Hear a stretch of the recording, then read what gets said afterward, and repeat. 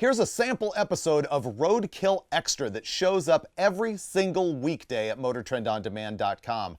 We've got outtakes, question and answer sessions, behind the scenes stuff, tech tips, all sorts of junk related to Roadkill. Check it out every weekday at MotorTrend On Demand.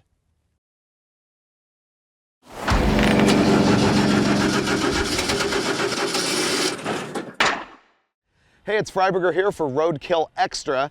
We're here at Colorado Auto and Parts in Englewood, Colorado, and we're shooting a roadkill where we're actually rescuing a '69 Mustang Mach 1, and I'm totally stoked on that. But because this place has an awesome yard full of old cars, most of which haven't been touched in a long time, because Colorado Auto, their specialty is a big U-pull parts yard with late model cars and stuff.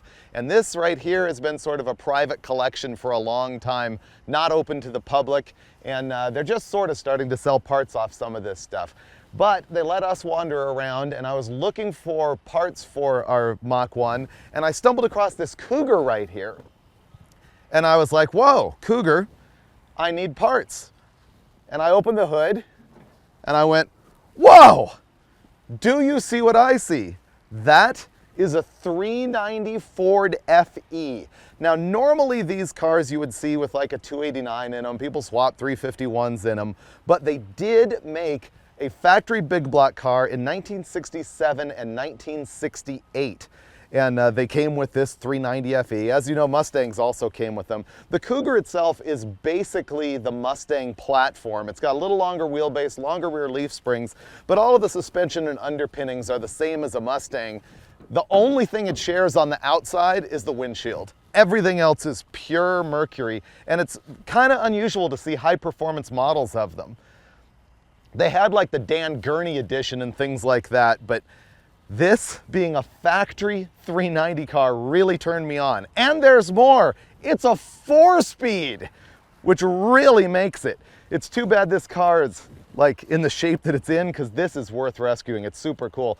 We have that 4-speed Cougar that's on the Roadkill Garage show that now belongs to Steve Dulcich. If you look in here, you can see that 4-speed shifter. It actually has that same bezel around it that we've got on the Roadkill Garage car. The thing that first caught my eye after I looked at that 390 under the hood is the fender badge here. If you look over here on the fender, you'll see that it has a badge that says 6.5 liter. Now, it's kind of interesting, when the Pontiac GTO came out in 1964, they had 6.5 liter badges on them. The name GTO itself came from the Ferrari GTO, and they saw the car as sort of a European flavor. And then Ford picked up on that in 1966. The Galaxy 500 had a 7-liter badge on it, which was a 428 cubic inch FE engine.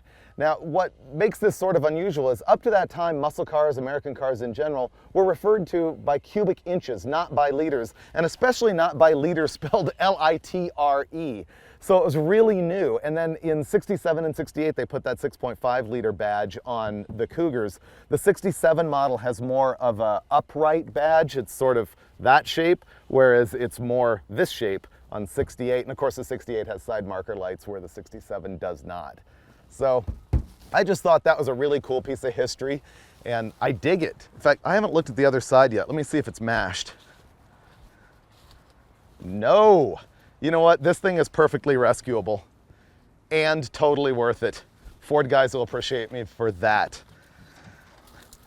So that's it from the awesome yard here. Ooh, check out the 4-door Lincoln Continental convertible. I could do this all day, and probably will. We'll see you next time on Roadkill Extra. This is cool. Factory suicide rear doors. Convertible.